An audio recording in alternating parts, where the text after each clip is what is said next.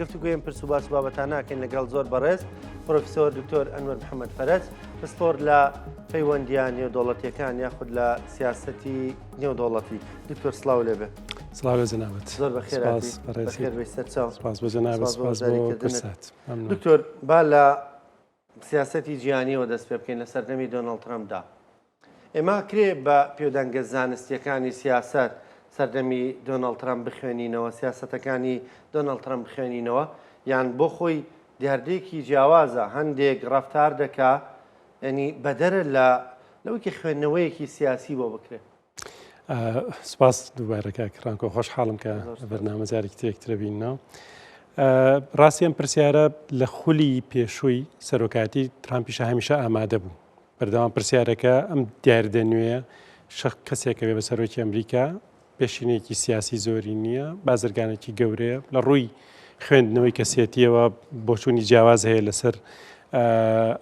مەیل و خۆزگە و ئاوات و شێوازی بڕیاردان و تێڕوانینی بۆ دنیا و بۆ سیاست و بۆ ئابووری هەموو ئەمانە. بەڵام بۆ جاری دووەم کە هاتوێتەوە ئەم جارە ئەبینین ینی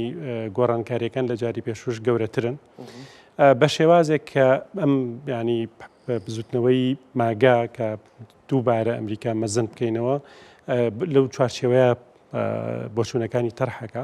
بەڵام من دوو کەس بە نمونە هێنمەوە کە لە ناو ئەمریکاوە خوێنەری نوێشەدە سیاسیەکە ئەتوانین وەکو بەڵگە بیهێنینەوە. یەکێک لەوانە تۆماس فریدمانەکە، ینی یەکێکە لە نووسەرە بەناوبانگەکانی ئەمریکا و بەدەر لەوەی کە ڕای چیە لەسەر ترامپ. بەڵام ئەڵێ ئەگەر بە وردی تەماشای ماوەی پێشووی سەرۆکایەتی ترامپ و ئەوەی ئێستایی بکەین، ئەوەی کە ترامپ ئەوێ ڕاستیە مەزنکردنەوەی ئەمریکانیە، دووبارە مەزنکردنەوەی ئەمریکانیە، بەڵکو مەزنکردنی ترامپە و ئیش بۆ خۆی ئەکات. پسپۆڕێکی باری پەیوەندی نێودەوڵەتیەکانیش کەیت لە لووتکەی تیۆرسێن و تیۆریستەکانی بواری پەیوەندی نێودەوڵەتەکانە جۆن مێرشایمەر بەم نزیکانە دیسان لە لێکدانەوەیەکە بۆ کەسێتی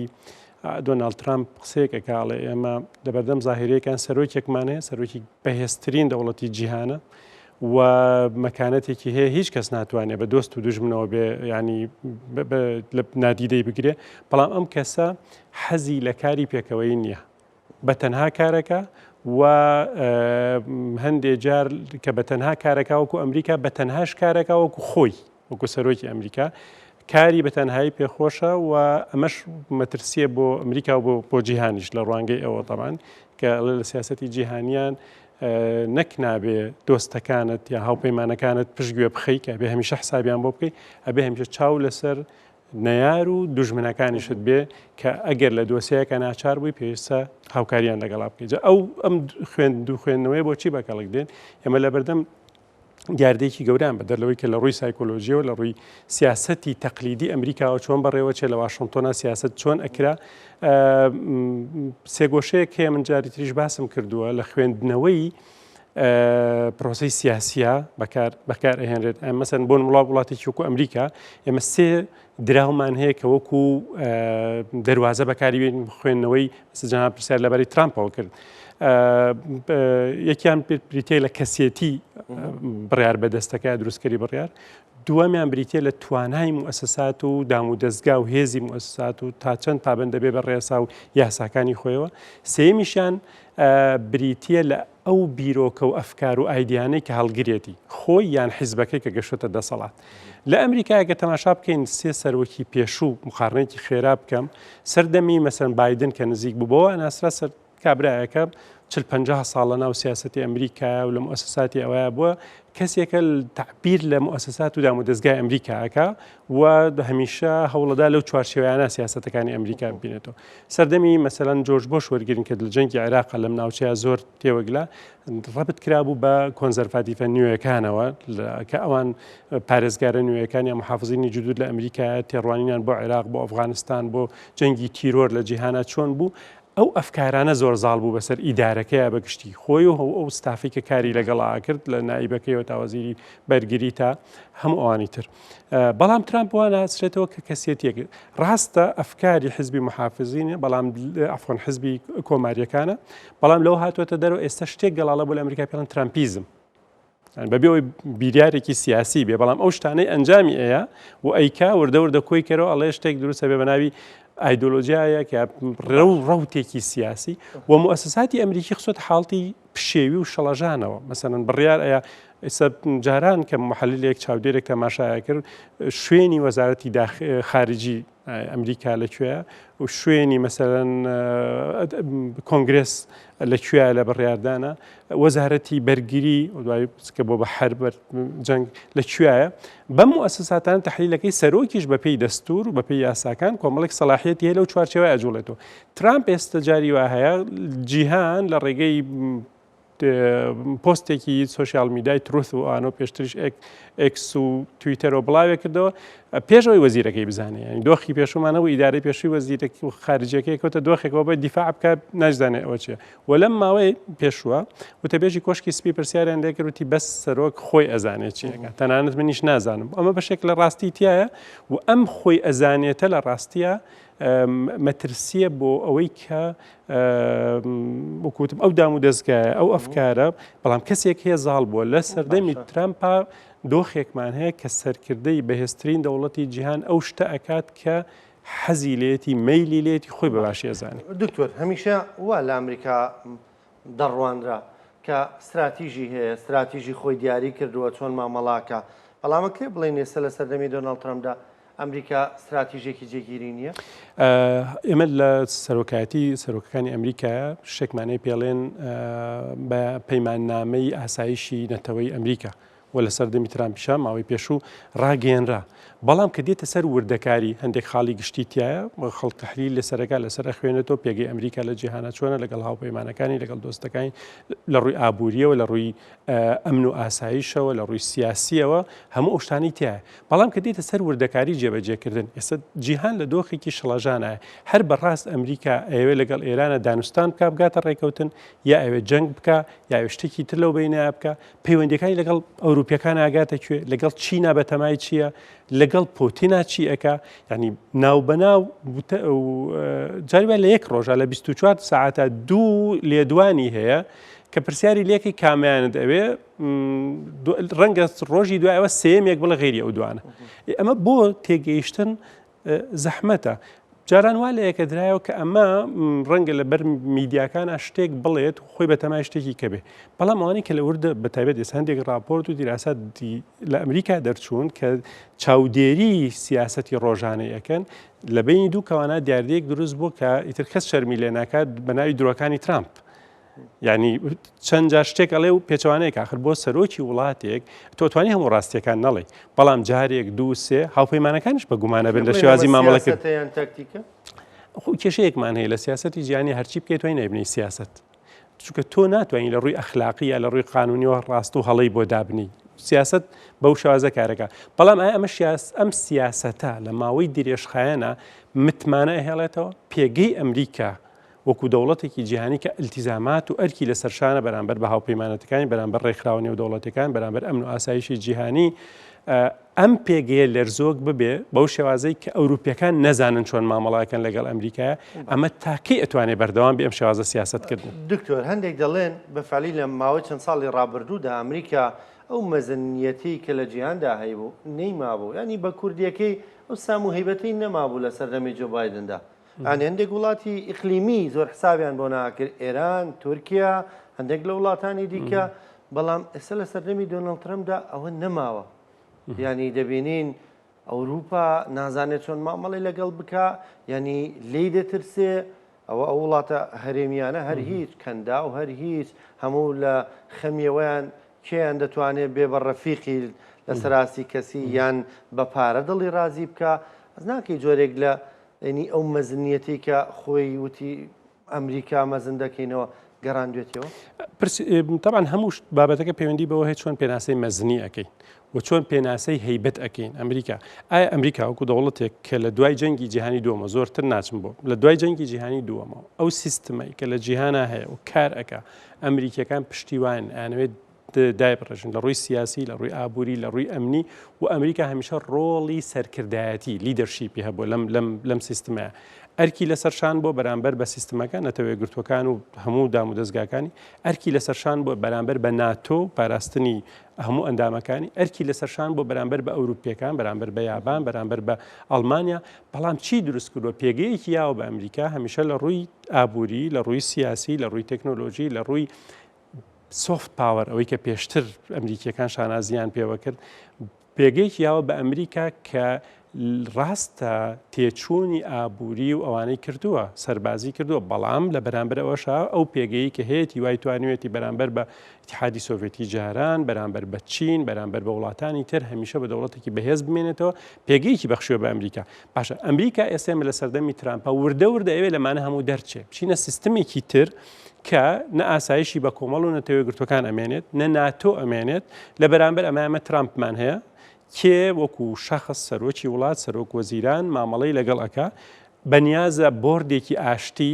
ئەنجومەنێکی ئاشتی دائەنێت لە جیهانە تاوان بە بیانووی بابەتی غەزە ئێستا ئەو شتێک کە بڵاو کرایەوە بۆردی ئاشتێکە پێم وابێ مێشایمەر ئەڵێ وشەی غەزەی هەرتیانە شتێکە بۆ جیهان بۆردێک بۆ بەڕێوەبردننی جیهان بەگشتی لەسەر کۆمەڵێک پێوەەر کە جیاوازە لەوەی لە دوای جەنگی جیهانی دووهەمەوە ئەمە ئەیناسین سەرۆکی وڵاتە ئەوانەی کە بەزلهێز یا مام ناوەند یا بچووکیشن لەسەرەوە سا ملیارێک دۆلار با بۆ ئەندامێتی و ئەندامێتی تازە بکاتەوە و بڕیاردان ئەبێ سەرۆک رازی بێ و بۆ ماوەی ئەوەندە ساڵ و یعنی بۆردێک کە بەڕاستی ئەوروپیەکان یەکەم کەس بوون کەوتیان ئێمە هەندێکی لە سەرۆکەکان ڕایەنگان ناچینە ناوە بۆردەوە بەڵام وڵاتمان هەیە لە بەوە ناسراوە کە یعنی نە دیموکراسیە نە وڵاتێکی خاوەن خۆشگوزەرانی ژیانی هاوڵاتیەکانی هەیە نەخاوەنی پێگەیەکێ لە سیاسەتی جیهانی لە پارەکەی ئەمە ئەو ئەنجومەن و ئەم ئەنجومەنەی کە ترامپ هەیەی تا چەند سەرکەوتووە بێ تا چەند لە بەرژەوەندی درێژخایەنەکانی ئەمریکا تا چەند ئاسایشی ئەوە پارێزێ و ئەمریکا مەسەرەن لە کەیسێکی وەکو گرینلاندا چەند ئەوروپیەکان هەڵموقیفیان چۆن بوو بەرامبەری کەنەدا کە یعنی هەندێک پێشترایان هەر بەشێکە لە ئەمریکا لە ڕووی ئۆتاوا پایتەختی سیاسیەتی بەڵام پایتەختی ئابووری بریتێ لە نیویۆرک تا ئەوەنە تێکەڵاوی هەیە سنووری هاو سنوورە لە سیاسەتی هەمیشە لەگەڵ ئەمریکایە بووە ئێستا بینین ڕێکەوتنێکی فراوان و گەورەی لەگەڵ چینا ئیمزا کردووە و بە ئاشکرا لە داڤۆز وتی مارکارنی وتی ئێمە بێ ڕێگەی خۆمان بدۆزینەوە ئەمریکای جاران نەماوە یاسا و ڕێساکانی کە ئەمان ناسی نەماوە بۆی ئەبێ خەمی خۆمان بخۆین بۆی ئەمەش ڕێگەی خۆمان هەڵبژێنین تەسلیمی ئەمە نابین مەسەلەن تۆ بە خەیاڵیش نەبووە لە ماوەی 70 ساڵی ڕابردووە بریتانیا کە نزیکترین و دڵسۆزترین هاوپەیمانی ئەمریکیە بە خەریتە لەسەر ئەوروپای هەمیشە ڕووی لە ئەتلەسی و لە ئەمریکا بووە ئێستا گەورەترین سەفارەتی چین لە جیهانە لەسەر خاکی بریتانیا دروستەکرێت ئەمانە بەن لە ماوەی درێژخایەنە چەند کاریگەری ئەبێت ئەبێ حسابی بۆ بکرێ و ئەمریکا چەند ئەچێتە دوا و چەند ئەچێتە پێشەوە مەزن ئەبێ لەسەر ئەم ئەوانە حسێ بنەکەوەی کە بچی سەرۆکی فەنزەویلا بگریت یان هەڕەشە لە وڵاتێکی کە بکەی دکتۆرەوەی کە بەڕێزت باسی دەکە ینی جاران ئەمریکا ینی هەوڵی ئەوە بووی دوو جەمسەریش نەیەڵێ رووسیا ئێستا رووسیای گیرۆدە کردووە بە جەنگی ئۆکراینەوە بەڵام لەم لاوە چین خەریکە جەمسەرێکی دیکەی بۆ دروستەکە ینی جیهان لە ئەو خەونی ئەمریکایی بوو بۆیە تاک جەمسەری ئێستا خەریکە دەبێت بە چەند جەمسەرێکی جیاواز وەکو تۆتێ ئەوروپاشی خستۆتە دۆخێکەوە ناچار پەنا بۆ چین بەرن وەکو لە داڤۆسیش ینی هەندێک لە وڵاتەکانیان شاردۆکە مەلیان بەلای چینە هەیە و دەیانەوێت پەیوەندی لەگەڵدا ببەستن پەیوەندی ئابووری زۆر گەورە کە پێشترم پەیوەندیانیان لەگەڵ ئەمریکا بردووە ینی تێ بڵێ ئەمە سیاسەتی تازەی دۆناڵد ترامپەوە لە وڵاتان دەکا ینی جەمسەری دیکە دروست بێ چین بەهێز بێتەوە چین بێ بە جەمسەرێکی گەورەی جیهانی یەکێک لەو ڕەخنانەی کە لە ترامپە گیرێت تا ئێستا نازانێت چی بکە لەگەڵ چینە هیچیشی نەکردو بەرامبەر بە چین و شتێکی گەورەشی نەکردو بەرامبەر بە رووسیا کە ئەمە بەلای ئەوروپیەکانەوە بەلای نوخبەی سیاسی لە واشنگتۆنەوە جێگەی پرسیارە تۆ دوو وڵات هەیە منافیسی تۆ مەسەن لە ڕووی ئەمنیەوە رووسیا دوای 2 ساڵ و ئەوەندە شەڕ لە جەنگی ئۆکراین ڕاستە ئۆکرانیای داگیر نەکردووە بەڵام ئەمانیش بە هەموو پشتگیریەکانیان بۆ ئۆکرانیا نەیانتوانن شکست بە ڕووسیا بێن لە ڕووی ئەمنیەوە کەواتە لە ڕووی ئەمنی و سەربازیەوە ئێمە جەمسەرێکی ترمان هەیە لە جیهانە کە جیاوازە لە خۆرئاوا جیاوازە لە ئەمریکا جیاوازە لە ئەوروپا وجودی خۆی سەلماندۆ کە ڕووسیا و ئێستا لە سایی ئەم سیاسەتانەی ترامپەوە ڕووسیا خەریکە مەرجەکانی خۆی بەسەر ئەوروپا بسەپێنێ بە تایبەت مەسەلەی وزە و ئەوانی تر چین لە ڕووی ئابووری و هاتۆتە پێشەوە و لە ڕووی تەکنۆلۆژی و هەر ڕۆژێ شتێکی کە ڕائگەیەنێ و ترامپ هەڕەشەکە و هەمیشاڵێ بەڵام چین بە بێدەنگ بەرەو پێش ئەچێت و مەترسی سەدەی 21 بۆ ئەمریکا بە تایبەت لە ڕووی ئابووری و تەکنۆلۆژیاوە چینە و چین دێ لەو شوێنانەی کە ئەمریکا جاران ئەمن و ئاسایشی بۆ دابین کردو ئیستیقرار و جێگیری دیاکردو ئەم کاری تیاکە یعنی چین لە ڕووی سەربازیەوە ئێستا هینێکی سەیرە پارادۆکسێکی سەیرە چین هیچ خەرج ناکات لە ڕووی سەربازی و ئەمنیەوە بۆ دابینکردنی ئەو تیجارچکە بازرگانی پشت بە ئەمنیەت ئەبەستێ بەڵام گەورەترین بازرگانیش ئەکات لە جیهانە ترامپ ئێوێ ئەم ئەڵێ کرێ ئەمە ئەبێبەی و باجی ئەمە ئەبێبەی و دۆخی ڕستچین نابێ ئەمریکا تێپەڕێنێ بەڵام ئەوەی کە چین لە ناو خۆیان چی ئەگوزارێ و ئەو گەشەکردنە تەکنۆلۆژیە مترسیدارەی هەیەی و ئەو ڕۆبۆتانەی دوو ڕۆژجارێک پیشانمان ئەیە و ئەو شتانەی کە بەدیل بۆ بات مەسەن بۆ دۆلار و بۆ بازاری سویفت و بۆ غیری ئەوان گۆڕینەوەی بانکیەکان بۆ هەموو شتێک تەرحەکە ئەڵێن ترامپ ئەوەی کە چین ڕەنگە بە 10 ساڵێکی تر بە تەمابایەت بەم فشارانەی ترامپ بواکات چین زووتر لە سەرپەی خۆی بوەستێ و لە بەرامبەر شەمە بیرمان نەچێ سیاسەتی جیهانی لەگەڵ ئابووری جیهانیا زۆر دابڕاو نین و ترامپ خۆی ئەو تیۆرەیە کە هەموو شتێک وەکو قازانج و دیڵ و ڕێکەوت لەسەر کورسەر بڵاوی کرێتەوە لە شەریکەی بیوایدی پێش فۆردی ئەمریکی کەوتوەتەوە جاران فۆرد بەشێک بوو لە شەرق لەوسەتیشی داگیر لە سەردەمی بایدنا یەکێک لە گلەیەکانەوە بوویانوت ئێمە نازانین چین چی هەیە بۆ ئەوی بە لەسەر ئەساسیەوە مامەڵێ لەگەڵا بکەین وڵاتێکت هەیە تۆپ سکریت یعنی ها نهێنی و تەواوەیە هەیە و کەسێکت هەیە تموحێکی گەورەی هەیە لە جیهانە مەسەلەن کەم قسەیەکە سەرۆکی چین بەڵام کە قسەیەکەکە دەلالەتی هەیە بە دوایە بش لەو لە سەردەیەکێک لە سەردانەکانی بۆ ڕووسیا پاش خواویسی لە ترامپی سەدەی ڕابردوو سەدەیەک بوو نەعەدالەتی زۆری تیا بوو بۆ ئێمە و بۆ ئێوەش بۆ ڕووسەکان و بۆ چینیەکانیش بەڵام سەدەی 21 ئێمە ناهێڵین وا بڕات تۆ ئەمە ئەبینیت و کاریگەریەکانیش ئەبینیت لە بازاڕەکانی جیهانە و ئەمریکا خۆی بەبێت چین ئەتوانێت بەردەوام بێت تاوەکو داوا بکە لە ئەوروپیەکان یا لە کەنەدیەکان و لە بازاڕی کاڵا و بازرگانی جیهانی ئەوانەیە منافسێکی ئابووری بێشمار بەهێزە چین و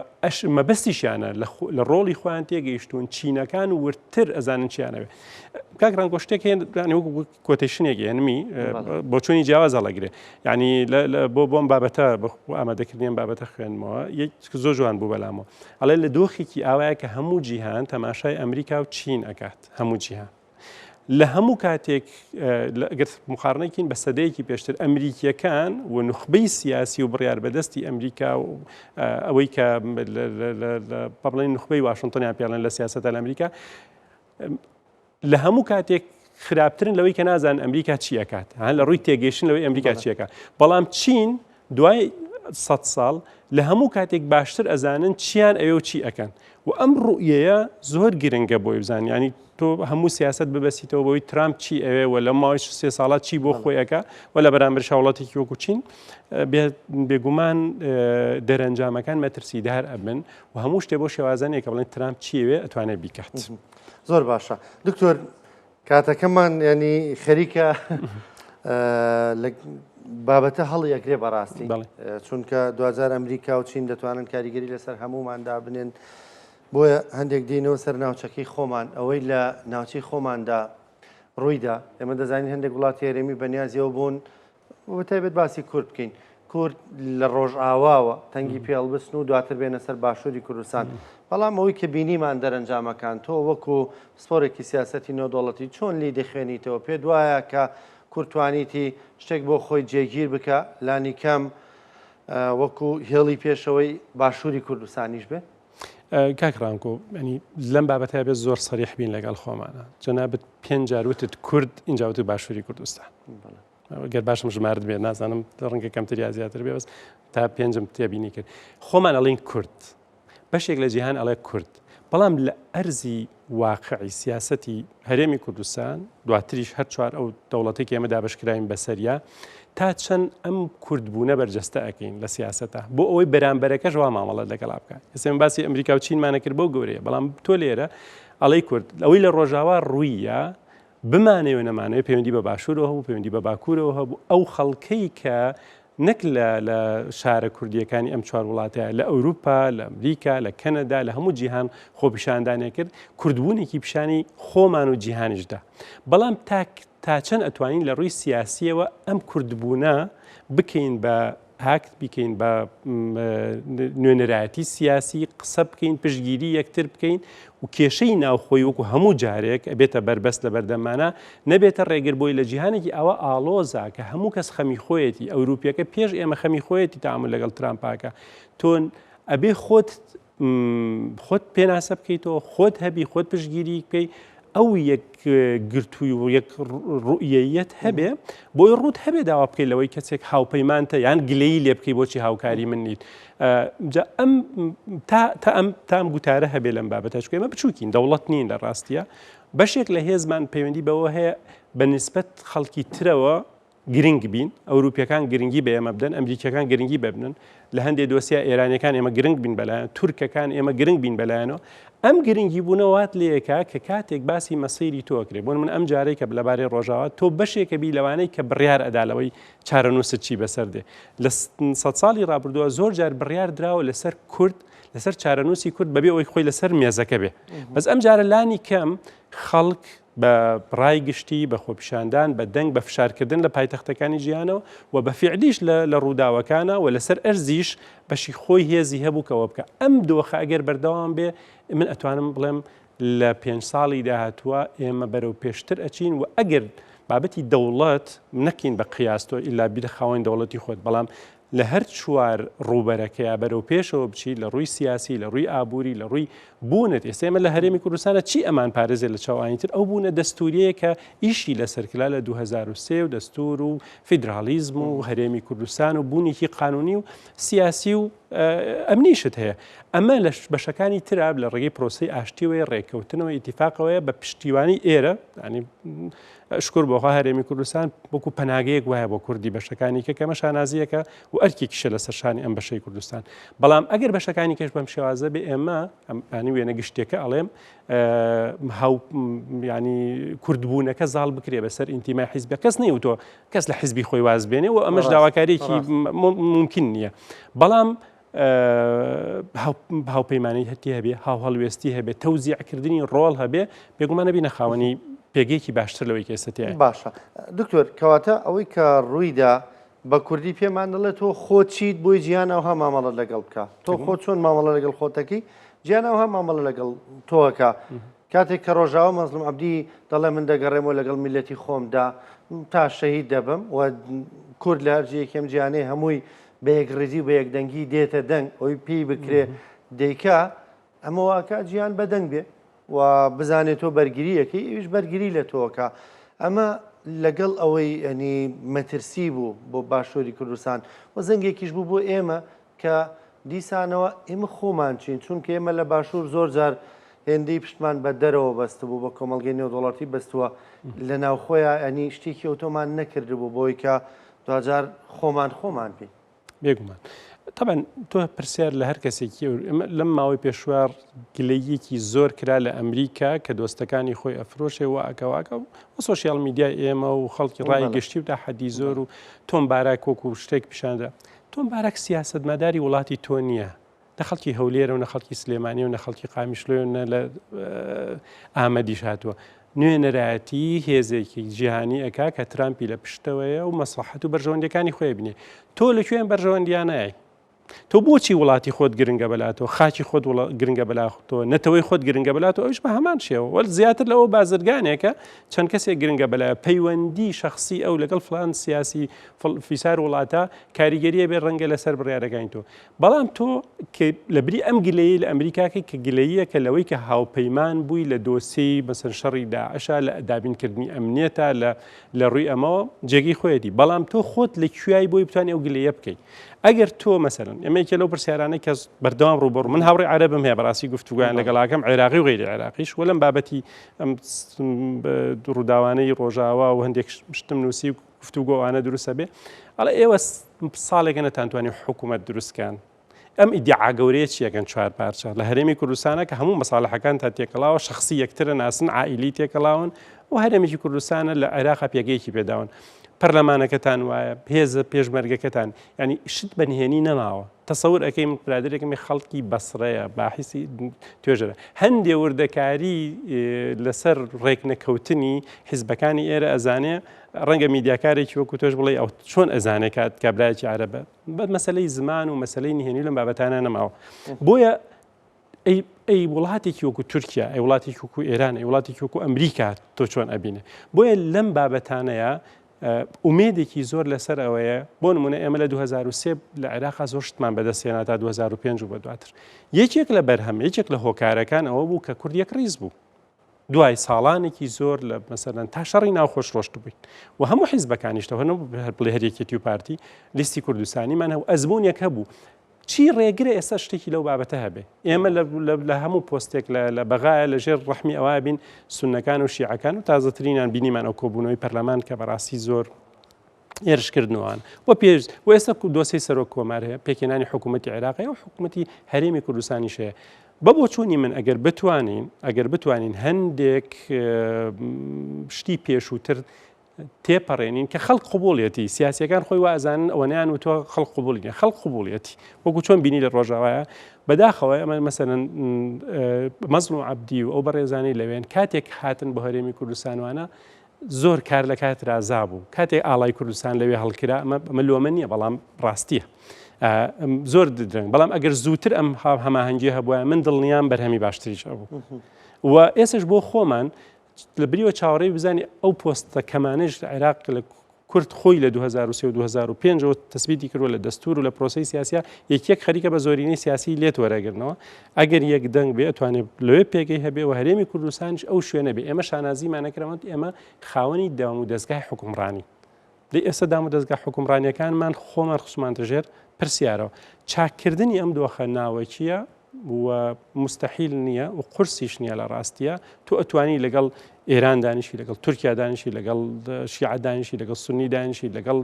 دار و بەردی ئەم جیهانە توانی گفتوگۆ بکەی خۆت بۆ ناتوانانی بگەیتە ڕێککەوتن کە شتێکی قورس نییە بە بۆچوونی من و ئەکرێ ئێمە بۆ ماوەی 4-5 ساڵی داهاتوو کە انتخاباتی نییە لە لە کوردستان و لە عێراقا لەسەر جۆرێک ڕێککەوتنێکی سیاسی فراوان هەبێ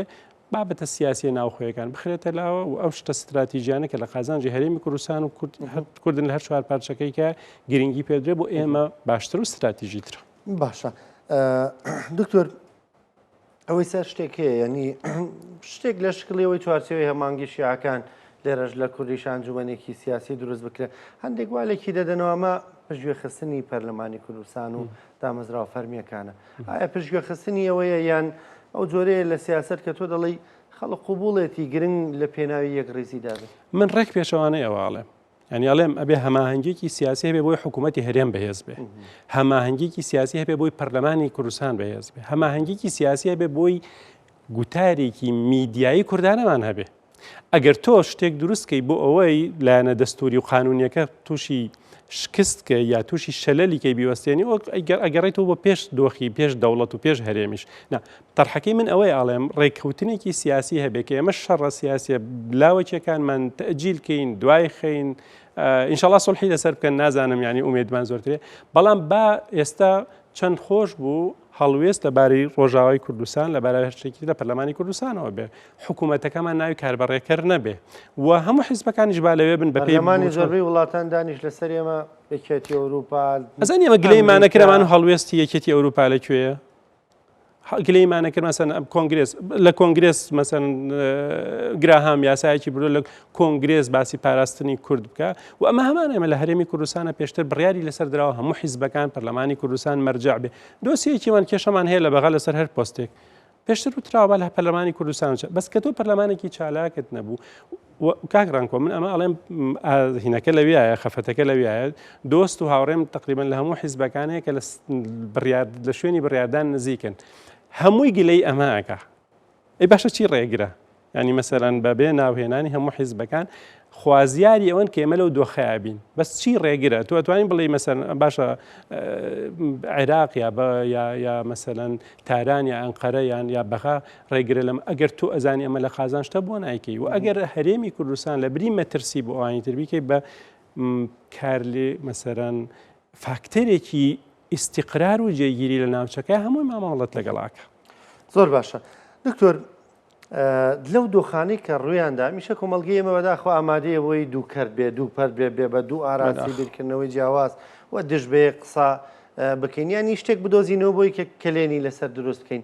لەو ڕووداوانەشدا کە ڕوویاندا مەسەلەی هەوسۆزی ئاینی یان هەوسۆزی نەتەوەیی و نیشتیمانی ئایا هیچ دژبەیەکیەک هەیە لە نێوان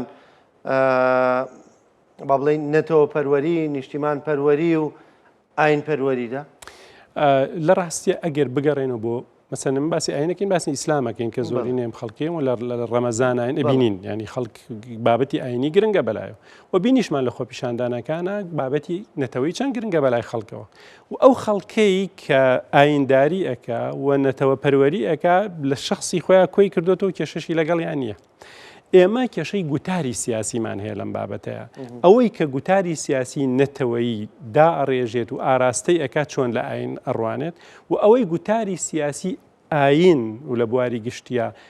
داڕێژێت و ئاراستەیەکە چۆن لە بابەتی نەتەوە پەروەری ئەڕوانێت بەشێک لەمە پەیوەندی بەوەیە ئەم هێزانەی کە لە ڕووی تاریخیەوە بۆ ناسراون ئەمە نەتەوەییە ئەمە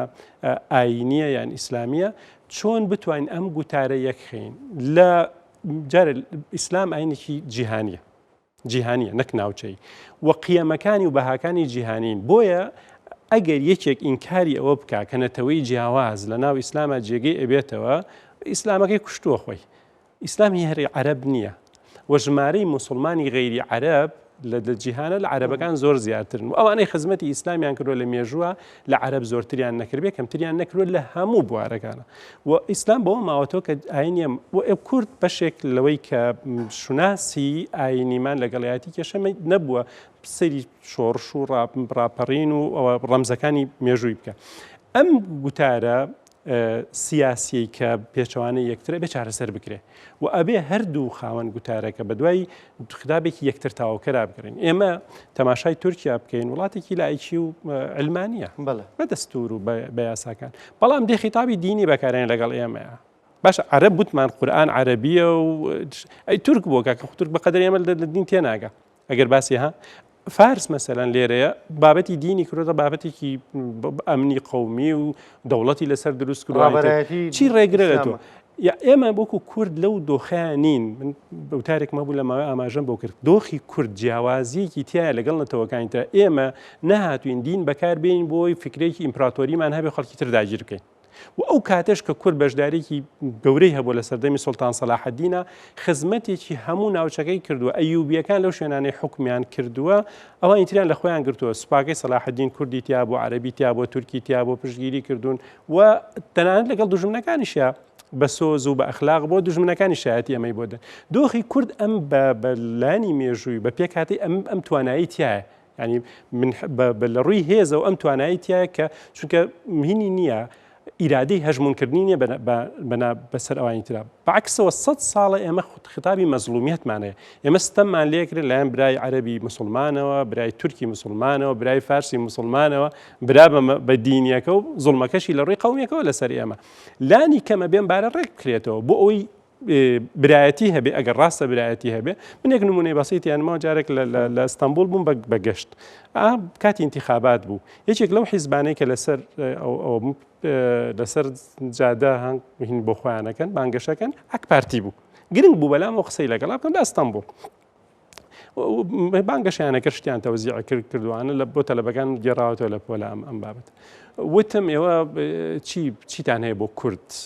وەکو پێکاتێکی گەورە لێرەوە بۆ کوردستان دینا کوردستانمان نییە کوردمانەوەت باشە بۆ کورد بە ئەوەی تران بۆستێ لەسەرەوەش قساکەین وتم چیتانەوەتی کورد برای ئێمەیە وتم چۆن برای ئێوەیە چی ئاڵێن مەسەن ئاکپارتی چیەکەن بۆ کوردی من تێگەیشتنمان لە ڕووی دینیەوە لە ڕووی نەتەوەیەوە کورد یەکە تورک یەکە ئەگەر لە تەنیش یەک داینێن ئەبێتە 11 بوو بە 11 بەهێزە یەک وتم ئەکیدی 11 بەهێزە وتی ئەگەر ئێمە بەیەکەوە بین تێگەیشتنمان وایە کە پشتی یەکتر بگرین نەتەوەکەمان وڵاتەکەمان بەهێزە بێ بە 11 هێزەکەمان چەند بەرامبەر ئەبێتەوە وتم من بە نەهەی کوردەوە پێتەڵێن ڕازیم من خەڵکی هەرێمی کوردستانم و کوردم بەڵام یەک مەرج وتی هەر بەرجێکی برایەتی هەبێمە قوبوڵێک وتم کە هاتین بەرهەمی 11مان دابەش کرد من 5.5 بەرکەوێت تۆش 5.5 بەرکەوێ بەڵام نە بیکەین بە 11 تۆ دەبەریت و بڵێ تۆ هەر یەکەکە مای خۆ بێ وتم ئێوە 100 ساڵە ئەو هاکەن لەگەڵ کورد ئێمە هەر یەکەکەی خۆمانین ئەبێ پشتگیریشتان بکەین دەوڵەتێ دروست بۆ بە ناوی تورکیا سوپایەک دروست بۆ بە ناوی تورکیا ئاڵایەک بە دروست بۆ بە ناوی تورکیا نەتەوەیەک دروست بۆ ناوی تورک ئەڵێن خوا و پێغەمبەر و قورئان و نیشتمان و ئاڵا هەمووی هەر ئێمە هەر یەکەکەین دەتان بردو یەک بۆ ئێمەیە وتی ئەم بۆ چوونانەی تۆ زۆر نەتەوەیە بەکەڵ حەسی بە ئیحراجی کرد و فعلا واقعا وایە هەر کاتی ئێمە تێپەڕێنین برایەتی هەبێ لەسەر ئەساسیەوە و ئیسلامەتی ڕاستەقینە هەبێ ئێمەش بەشمانتیاتی وەکو خەڵکی تر خۆ ئەگەر ئەمە نەبوو هەرکەس بوو بە قەومیەتی خۆی ئەو عەرەبی خۆی من کوردی خۆم ئەو تورکی خۆی بزان بە نەتیجە بە چیەکات سپاس دەکەم دکتۆر زۆر سپاس بۆ بەشداریکردنی لەگەڵمان بۆ ڕوونکردنەوەکانە بۆ خوێندنەوەکانە سپاس بە